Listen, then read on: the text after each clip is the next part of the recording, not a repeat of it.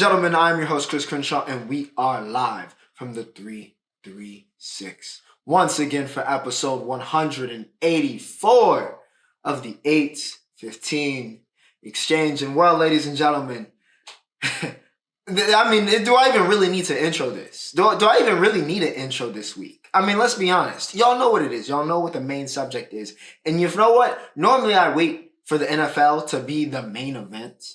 I let it be the main event of the evening, you know. I put it as the last segment. But we're not even going to do that today, ladies and gentlemen. We're going to kick off with the NFL. So yes, all right. It is Super Bowl, well, the day after the Super Bowl. So Super Bowl Monday. The fallout. And we're going to talk about all that in its full. And then entertainment, we'll have the halftime show and some stuff. We've got UFC 298 this weekend. Welcome back, UFC. We've got a lot of stuff to talk about in soccer or football, the other football, in the Roundup. We got a little bit of college basketball as well. So, yeah, we got some things to talk about. But, of course, it'd be wrong if I, didn't give y'all what y'all are here for, all right, which is the NFL, which is the Super Bowl. So we're going to kick that off with what we're starting with. As always, remember to like, share, and subscribe if you guys are enjoying the content. As always, feel free to, enter down into the description because everything you're looking for in this life can be found in the description. Timestamps are provided there if you want to skip ahead past this intro already, which is going to end very soon, or you want to see that UFC 298 preview, feel free to drop into the description or just look in the video. It should be embedded as well. And yeah, without further ado, ladies and gentlemen, it's the NFL. It's the last football segment for a very long time. It is the official end of football season, and it came yesterday. The Kansas City Chiefs and the San Francisco 49ers squared off with Super Bowl glory on the line. Could the 49ers finally avenge their demons and for the first time in 30 years become Super Bowl champions again? Or would it be time for a dynasty in Kansas City? And ladies and gentlemen, boys and girls, really both of those questions were answered yesterday. And I can really just sum it up with one very simple phrase. Patrick Mahomes is him. But you knew that already. But we knew that already.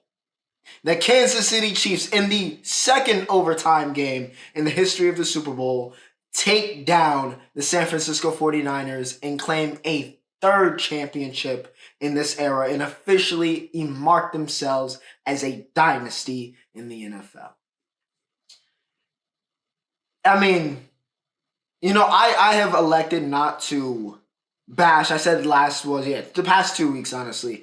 I said I wasn't going to bash this Chiefs offense. And honestly, I don't even mean it in like a derogatory term and like how I'm about to use it here. But let's just call it for what it is, right? So I can explain to you the weight of this win in its entirety, in its full, right? This is, and it's not really remotely close, respectfully, the worst Kansas City Chiefs offense of his tenure. And like I said, it's not really close. You have Travis Kelce, one of the greatest tight ends of all time. You have Isaiah Pacheco, very solid running back. Young running back, runs very hard, as we all know. Solid. And you got Rashee Rice every now and then. But besides that, they got relatively nothing. All right? That, under normal circumstances, with normal people, or normal quarterbacks, if we want to call it that, is not enough offensively to win a Super Bowl. And boy, oh boy, how many times throughout the season, throughout the regular season, did we talk about, we said, I came on this show and said the Chiefs are not a serious team. How many times? MVS dropping balls. Justin Watson dropping balls. Fumbles. Everything you could imagine offensively. The offensive line wasn't playing well. Everything that could go wrong for the Chiefs offensively at certain times during that regular season went wrong. They did not look like a Super Bowl team. I'm in a 40-man pool, right, where people make picks to who's going to win the Super Bowl. One person on their third sheet picked the Kansas City Chiefs. Nobody thought the Chiefs were going to win the Super Bowl after watching them in the regular season, and aptly so. But there's a certain thing that separates Andy Reid Patrick Mahomes, Travis Kelce, the rest of this, Chris Jones, the core members of this Chiefs dynasty that separates them from every other team in the league right now. Even the other superstars, the MVPs, the defensive play, the thing that separates this Kansas City Chiefs team, this core, is that when the lights get their brightest, in the biggest of moments, they do not falter. They do not fall. There is no fall off. In fact, they rise to the occasion every single time. Game on the line, overtime. Patrick Mahomes, legacy drive needed. He goes down the field by any means necessary in overtime. Check pass, going through reads. Everything you could want out of a quarterback to lead you down the field, he did on that last drive. Ran for it. Lamar Jackson, we did a Lamar Jackson impression better than Lamar Jackson did. Drove right down the field. It was inevitable. You knew. It was that same fear that we had all those years, these past 20 years, when we saw Tom Brady, when we saw 12 on the field and you knew it was winning time. That same fear was the same fear I saw in millions of people's eyes across the world when 15 started marching down that field. It was inevitable. So when they got all the way down to when they got to the red zone, I was like, it's over. I don't care there's 20 seconds left. It's over. San Fran's defense, which was phenomenal all game long. I mean, phenomenal. Hats off. They were finished. They were gassed. And it was just the greatest player of this generation just picking apart the carcass. And Andy Reid calling every play perfectly. Hits Mecole Hardman in the end zone. Game over. Walk it off. And the Chiefs, they rise to the occasion better than everybody. Better than everybody. Pat rises to the occasion better than everybody. This team understood their weaknesses and adjusted in the playoffs. They adjusted. And nobody else was able to adapt for whatever reason. They went through the hardest, by the way, statistically speaking, the hardest path to a Super Bowl win ever. Dolphins, Bills, Ravens, Niners. Very, very good teams. All had a chance to put the Chiefs away, and they couldn't pull the trigger. They couldn't. Couldn't stop them when it mattered. Because the Chiefs made the necessary adjustments to how they played, acknowledged their weakness, did things that championship dynasty teams do, and it paid off. Paid off in glory. I mean, paid off in glory. Now, I'm not going to sit here, even though we're now sitting at, 2 MVPs, 3 Super Bowls, 3 Super Bowl MVPs, is it 6 All-Pros? I'm not going to sit here at the age of 28, by the way. I'm not going to sit here and call Pat the GOAT, like I know a lot of us, talking heads are doing right now. I'm not going to sit here and call Pat the GOAT. He's not the GOAT. Not yet. He is certainly on that path. I don't know if anybody's had a better start to their career through 7 seasons it is now, 6 as a starter. I don't know if there's anybody that's ever had a better start, even Brady. But he ain't the GOAT yet, but boy, is he on the way. Boy, is he on the way. And I don't want to completely give it to Pat, even though he was, Super Bowl MVP. And, of course, he is the guy. All right, he is the guy. He's him. He's whatever you want to call it. He is the superstar in its purest form. All right? The best quarterback to ever do it. Whatever you want to call it, right?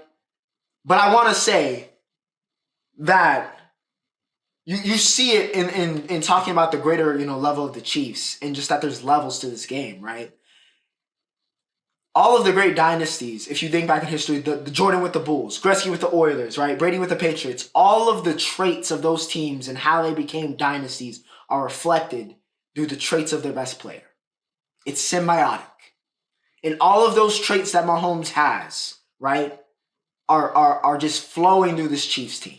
And it elevates them in a way that just, it's inevitable. They are inevitable. No matter what happens, you cannot count them out in terms of winning a championship. You can't.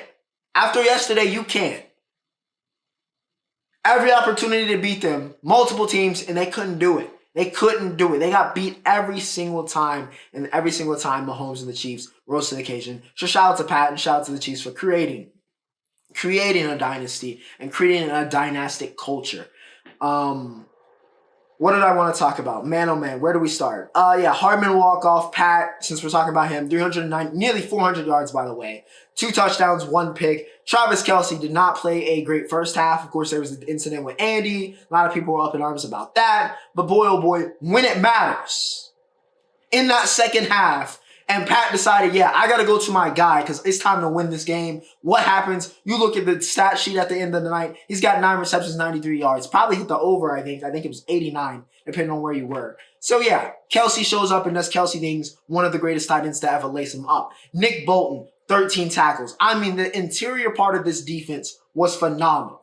I mean, phenomenal. As good as we're going to talk about CMC, as solid as a game as that he had, they did such a good job on the interior. Chris Jones, some of the other D tackles, they did a great job. Hats off to the best defense that this Chiefs has had during this entire Dynasty run.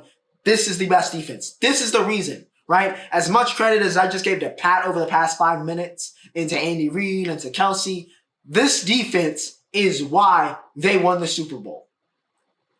Despite the offense, in like a flow state falling off, here or there, having highs and lows, this Chiefs team, this defense was a model of consistency throughout the year. Credit where credit's due. Karfalitis, what a pickup. What a pickup. The boy from Purdue, 5 tackles, half sack, 3 QB hits. He was great in this game. Trey McDuffie was in his Duffy, the All-Pro.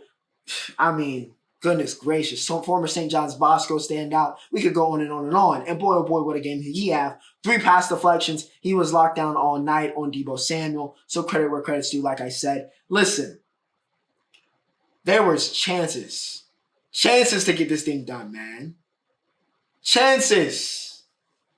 But they just couldn't get it done. Ray McCloud, even though it wasn't on him, the return game wasn't great, right? And when it was 10-6, and that was the most damning of all, right? And I really, after Pat threw that pick, you got to finish teams off. We said it countless times here on 815. You have to finish teams off. But the 49ers did not and could not finish the Chiefs off and let them linger and linger and linger. And eventually it came back to haunt them. When the Chiefs took that lead at the end of the third quarter, it did not feel like the Chiefs should be winning this game, but they were, because the 49ers did not take advantage of opportunities. Now, Purdy finishes what? Let's see. A solid game. Nothing too crazy. 255 and a touchdown. He wasn't awful, but I mean, it's like Cam said, he's not a difference maker. He's a good quarterback. Don't get me wrong. You can win. I think you can win. I think they showed yesterday. You can win a Super Bowl probably with Brock Purdy. Maybe not against the Chiefs, but you can maybe win a Super Bowl with Brock Purdy. But he is not a difference maker. He's not a game-changing quarterback. I mean, he's probably, if they didn't have Purdy, it's not the end of the world for the 49ers. I think that's what he proved. He's not bad. He's not a bum, but he's not this star. He's never going to be a star. He's not a difference maker. He's probably not going to elevate you when you game, really. But he's solid, and he played a solid game. CMC had 160, 8 receptions, 80 yards, and a touchdown, by the way.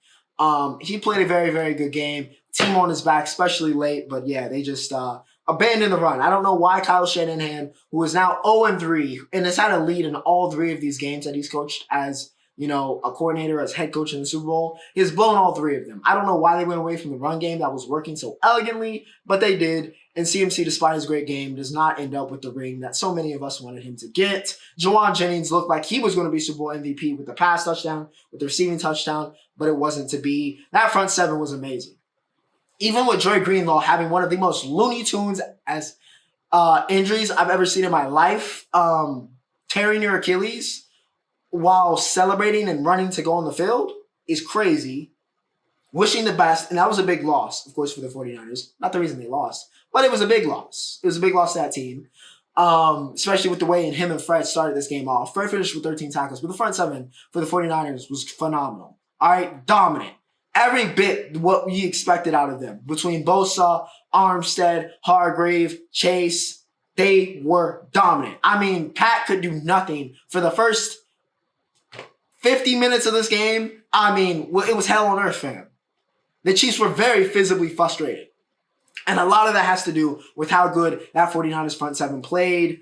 7 QB hits, 6 sacks of Pat in this game yesterday. Phenomenal job. But it just ran out of gas, man. They just ran out of gas. I can't even really put that on them. You play like that against the best player on the planet in this Chiefs team in the Super Bowl, that should be enough to win it should be enough to win the Super Bowl. But it wasn't. It wasn't because the offense faltered off. And like I said, they didn't put them away. Had chances to put them away, but didn't. Jake Moody and Harrison Butker, I do want to give a shout out to. Also, the extra point, another thing that came back to haunt. One Moody's fault. Just got blocked. But man, having that 4-point lead would have changed everything. And we might be talking about San Fran as Super Bowl champions right now if they make that extra point. But Moody, by the way, and Butker, phenomenal. Probably the best, kicker duel we've had in a Super Bowl ever. Both of them breaking the length record for the longest field goal in a Super Bowl. So yeah, shout out to them. They played great. But yeah, like I said, man, too many missed opportunities for the 49ers. This is one that was going to haunt them for a very, very long time because of, the inevitability of that last drive, whether it was, some interesting calls from Shanahan, even in overtime, electing to have the ball first. Now, he said, analytics and stuff, but we've had people like Juice who played a very solid game and Eric Armstead talking about they didn't know the overtime rules, which is crazy to me. Why would you say that out loud? And two, how do you not know the overtime rules you're in the Super Bowl, my boy. You're in the Super Bowl, and they said them out loud during the game. Or somebody, or if you don't know, ask, I feel like that's something you gotta know.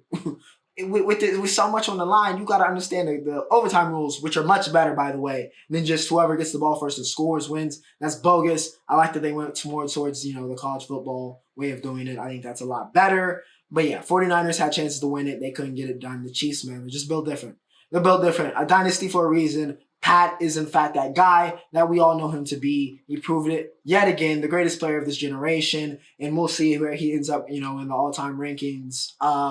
Unfortunately, Travis did not, for the chaotic part of me, Travis did not propose to Taylor, even though that would have been absolutely hilarious just to see the absolute meltdown. And honestly, I think it's harsh on them because it's not like they're asking or begging for attention. It's just the camera operator every 2 seconds that either Kelsey did something or just they needed a reaction will flip over to Taylor, right? And that's the annoying part. They're not doing anything obnoxious. They're just fans and they're just a normal couple. Just very, very famous, obviously. But the camera operator, which I get, right? And even the NFL making the social post, I get it. I'm a marketer, right? I have a marketing degree. I understand it. You got to get that engagement, my boy. And I get it, all right? But still, ease up on them. I don't think they deserve as much flack as they get. I think it's a little bit unfair. But yeah, no chaos there, but still, that was cool to see every celebrity in the building. I mean, goodness gracious, if you were verified, you were probably at the Super Bowl this weekend. But yeah, man, the Kansas City Chiefs, they are a dynasty. You can never, ever, ever, ever, ever count them out. And like Pat said up there, they are never underdogs. You just can't. In the playoffs, at least. Regular season, that's a different story. And I don't think we were being too harsh aside, on first take, where we're being too harsh on the Chiefs. No, they play like garbage during the regular season, and we call them out on garbage. It's just that when playoff time comes, when it matters, the thing that separates them is that they always rise to the occasion. They don't ever play down. They don't ever let the lights get too bright. Piss is never running down their leg. They always show up, and that is what makes them different. Shout out to Andy Reid. Shout out to Pat, as we said many times. Kelsey, Trent McDuffie, the offensive line, the OC, the DC, Clark Hunt, for doing a great job management-wise, the GM. Shout out to him because this was a team effort this year. And I mean, an absolutely incredible and one of the best, I think, Super Bowl runs in terms of a story and just what this Chiefs team had to overcome. So yeah, credit where credit's due. Unfortunately, this is the last NFL segment for a very long time. And I know people are going to have mixed feelings about the season, but you know what? It was a good season overall. And you know what? Even though the Super Bowl was very defensive, I enjoyed it. And like I said, the chaotic part of my brain is sated with the Chiefs getting the win. But yeah, ladies and gentlemen, that, for at least the 2023-2024 season, was the NFL. All right, small break, short little break before we head over to entertainment and continue the Super Bowl coverage here on episode 184. Let's talk hoops, not the NBA. I'm going to be honest, besides Curry hitting the game winner, which I think I'm going to talk about in the roundup, the NBA had absolutely no motion this week, but the college basketball had a little bit of motion, just a little bit, all right? Guys game, not too much. But do they ever have any motion? Let's be honest. We need to have a conversation, all right? We need to have a conversation about a very uncomfortable conversation, ladies and gentlemen, about John Calipari. We do. We just do. And about whether Coach Cal needs to be the head coach of this Kentucky team going forward. Because how many, the first couple years, it was like, okay, maybe the talent wasn't the same. When and done wise, other teams like Duke have, adjusted, and, college basketball is changing. But, Calipari still continued to bring in the great recruiting classes, and, Kentucky was still a good team, quote unquote. But how many years of failure and just not winning a championship and just not even winning the SEC anymore can you take? How many losses in a row at Rupp Arena can Kentucky fans take before they revolt? Because I think we're getting pretty close. In fact, we might already be there as Gonzaga walks up into Lexington and, walk in your trap, take over your trap. That's essentially what happened. Gonzaga gets the win 89-85. Ike has 23 points. Now Reed Sheppard, the freshman phenom for the Wildcats, played a very good game. He had 21. He looked like a problem, looked like a lottery pick. But he did have that costly turnover at the end. So, the good and bad. But Reed, I think the biggest glaring issue from this Kentucky team, ladies and gentlemen, in this game was all three of those highly regarded, highly recruited bigs that played had 1, 2, 3, 4, 5, 6, 7 boards combined. Bradshaw, Ivisic, 7. From all three, 7. Unacceptable. Unacceptable. Completely unacceptable. And rebounds is always a glaring stat for me. Because rebounds, of course, there's technique, and there's if you've ever watched Last Dance, you saw Rodman go into detail about that, the greatest rebounder of all time, talking about it. But a lot of rebounding, it's just effort. It's an effort stat. It's how much effort are you putting in into crashing the boards, putting in effort to attack after the ball comes up. It's an effort statistic. And for all three of your bigs in this game to combine for 7 total rebounds, you got 7-footers and you got 3 near 7-footers, and they got 7 rebounds. Unacceptable. Unacceptable. Absolutely unacceptable. And I'm starting to question the development of some of these players that we've seen. Antonio Reeves has done a good job, but, some of these other guys, some of these freshmen are not, just not living up to the hype. Some of these guys have been here for a while for Kentucky, just not living up to the hype. And yeah, I wonder how much longer of a leash do we have for Calipari, for Coach Cal? As great as he is, as legendary as he is, Hall of Famer, yada, yada, yada. He's brought in championships, wherever he's been, all that stuff. But I don't know if he got it anymore. And I think we need to really start thinking hard about whether he needs to continue at Kentucky, because it's not looking good. Women's game. Nebraska and Iowa. Look, 8 points. And Iowa was up by 10 going into the fourth quarter. 8 points, sold out Nebraska. Caitlin caught fire at the end of the third quarter. And it was like, okay, Iowa's going to close this out, remain number 2 in the country. Caitlin might even get the record tonight. And it just all went to for Iowa. They choked. Even worse than the San Francisco 49ers choked in the Super Bowl this week, the Iowa Hawkeyes had the worst choke of the week. This was colossal. Game was in their hands, and they just folded. I don't know if it was, there's been a lot of talk about the record with Caitlin, and a lot of people in that program want her to break it in Iowa City. So they kind of eased off the brakes a little bit with Caitlin, right, at the start of that fourth quarter. Took her a little bit out of her rhythm, and she never got back in. Even when this game got close, she never got back in rhythm. It was a rarity. It was a very rare sight to see Caitlin Clark as out of sync as she was in that fourth quarter. And boy, did they pay, because for the first time I can recall, she goes scoreless for an entire quarter, and better yet, scoreless in a fourth quarter. That's unheard of with someone as clutch as Caitlin Clark has been throughout her entire career. But Nebraska shut her down, shut down that offense, and just started making it rain. Made it rain in Lincoln, and it wouldn't stop. Caitlin finishes with 31, 8, and 10, but this is a game she's going to want to forget, despite that number, despite those numbers, because it just all fell apart. Kate Martin had 20, but like I said, Jazz Shelley going off, the Australian, 23 points. Big part of why they came back in that fourth quarter in Nebraska. Markowski as well, 15 and 11 on the game. But yeah, they just came back and Iowa just couldn't buy a thing. They choke.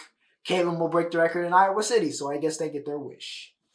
I don't know if anybody's touching South Carolina. It's so kind of weird, though. It's like they don't seem like they're this like super like God squad, but the way they've played and just like I just don't know if anybody can beat them. They simultaneously feel very beatable. Like they could get knocked off. They're a very good team, but they can get beat. But it just seems like whenever they match up with somebody, they're just better. They're just better, which I think is a testament to Dawn Staley and what she's built at South Carolina. Even without Camila Cardoso in this game, I mean, it was never in doubt.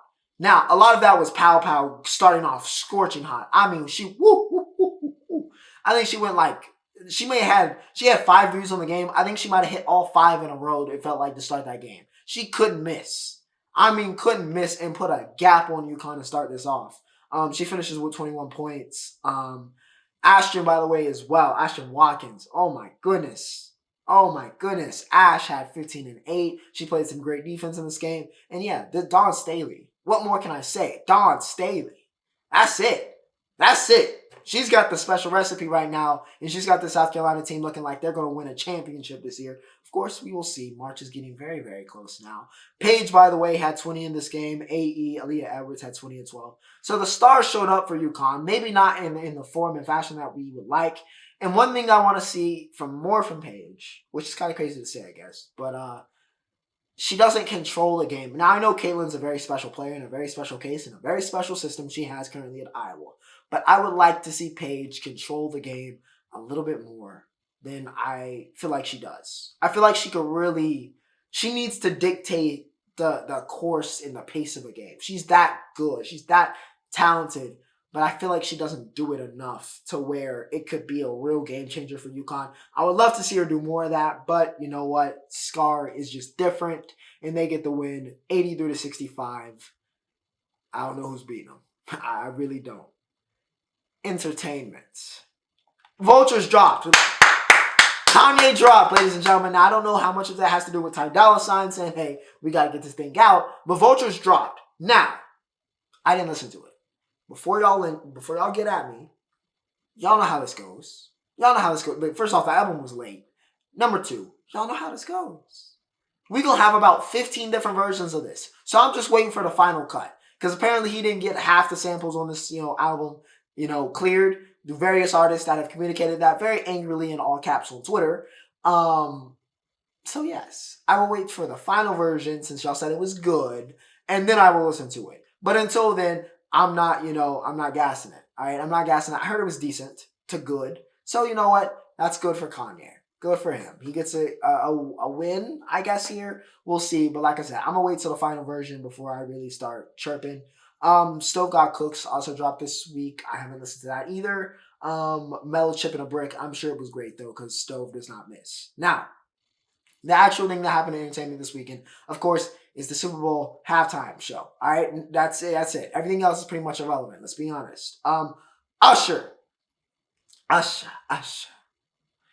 Listen, I don't know, what they put into that song, but when you hear that first chord of "Yeah," it's kind of like, with the Winter Soldier with Bucky Barnes, when they read out the book, they read out the different words, and it activates the Winter Soldier. Something about that first chord of "Yeah." Or maybe it's that first Lil Jon ad-lib that just activates every millennial, every 90s kid, every kid born in the early 2000s. It just activates a certain part of your brain, and all of a sudden you up screaming, yeah. Because I know I was activated. I don't know what it activated. I activated. Suddenly, I go from I'm just sitting, enjoying the performance. I know the whole verse.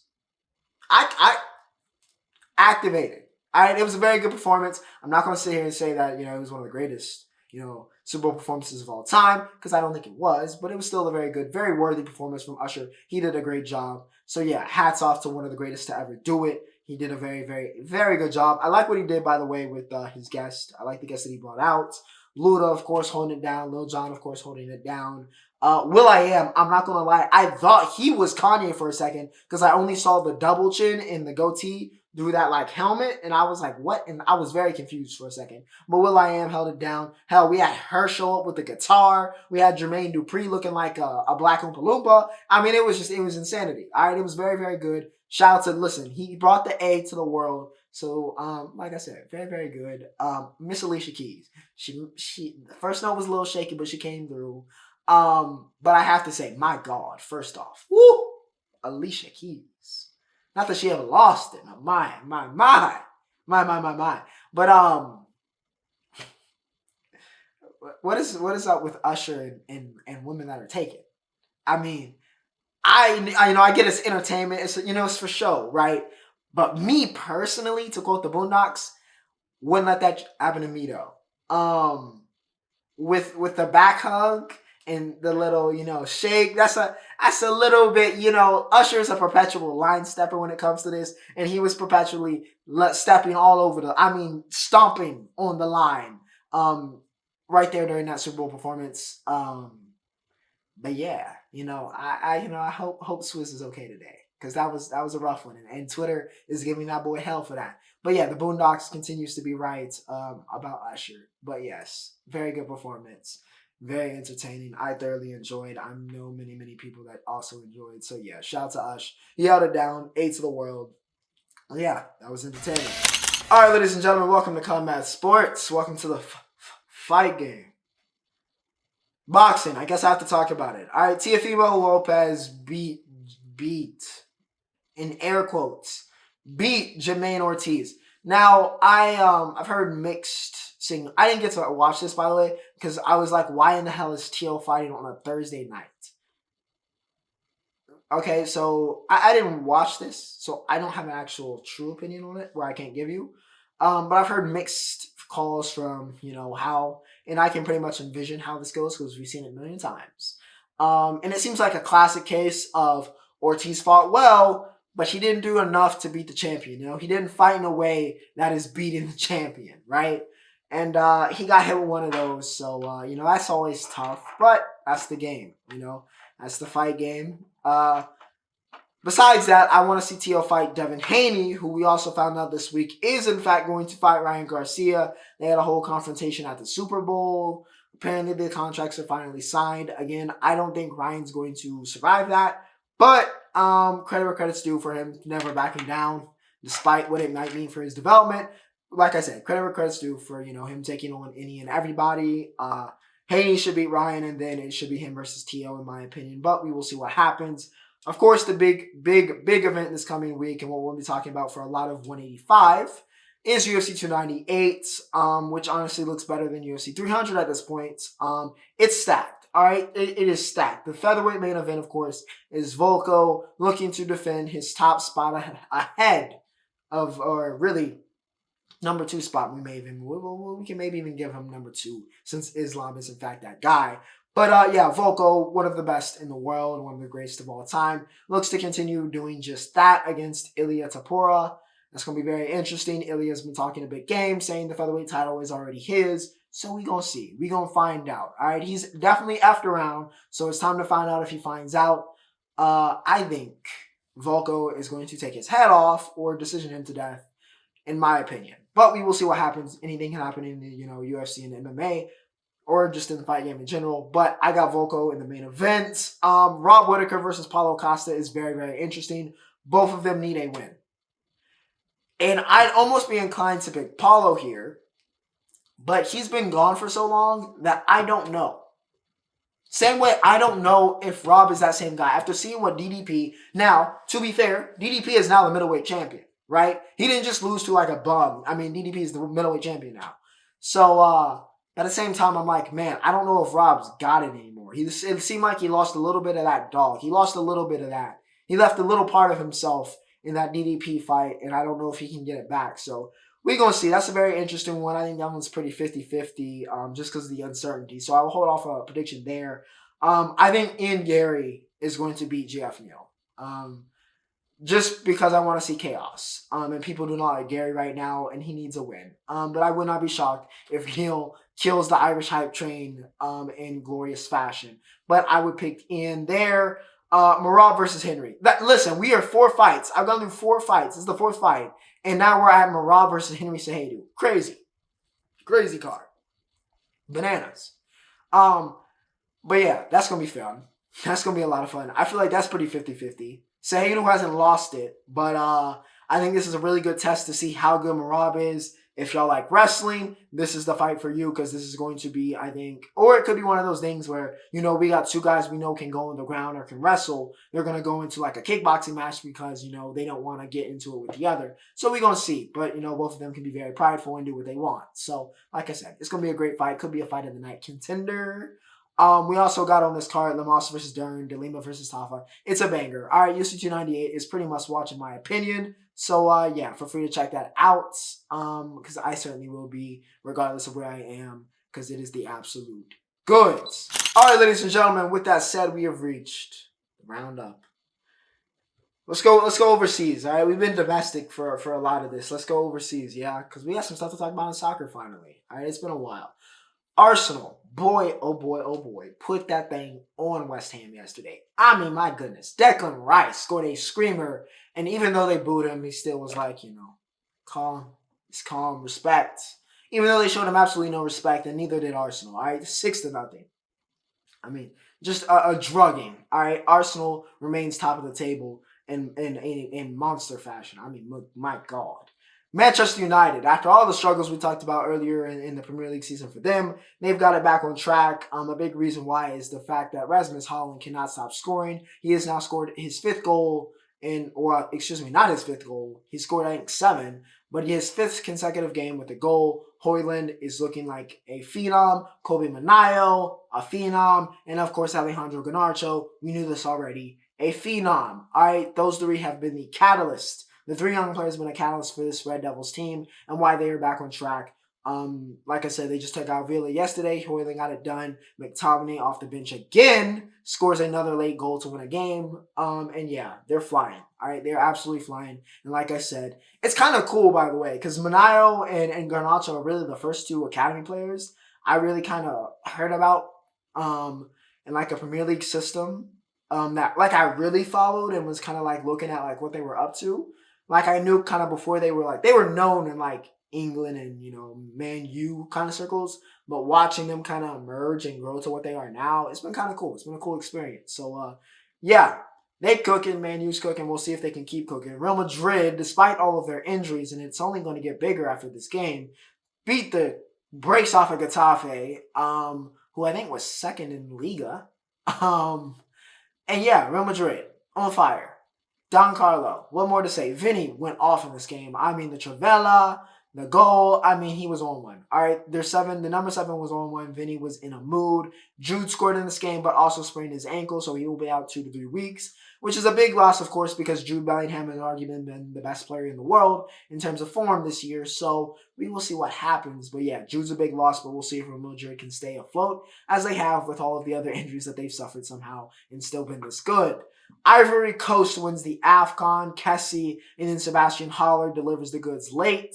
And yeah, Ivory Coast had a little stumble in the group stage, but came back strong throughout the knockouts. And of course, against Nigeria here, came through. And yeah, AFCON was a lot of fun this year. But yeah, Ivory Coast gets it done. Qatar won the Asia Cup. I saw, I think his name is Afifi. That magic trick celebration was one of the coolest celebrations of all time. He also scored a hat trick in that final to win it. So Qatar, they win the Asia Cup yet again. We'll see if they can do better in the World Cup this time around. And of course, like I said at the beginning of this, by the way, Chef hit a game winner against the Suns. That is very much so a rivalry game. I think any team that Kevin Durant is on, but especially the Suns and the Warriors, will always be a rivalry from kind of, with the current, state of the players. But yeah, Chef Curry hits a game winner for all the not clutch talks. There you go. One of the greatest to ever do it, doing just that. But yes, ladies and gentlemen, let's be honest, this episode was all about the Super Bowl. Shout out to, I didn't do an unofficial water I didn't do an unofficial water or unofficial sponsor. So shout out to Lexar, alright, because these SD cards are some of the best you can have, alright? I never have any issues. Very, very, very durable. I have like, 6 of them I rotate through. And yeah, never give me issues. These 32 gigs, absolute gems. So yeah, shout to Lexar on these. But yeah, without further ado, ladies and gentlemen, football is over. What will we do? We'll just talk about the fight game in basketball, I guess. March is coming very soon as well. But without further ado, ladies and gentlemen, the best month of the year continues.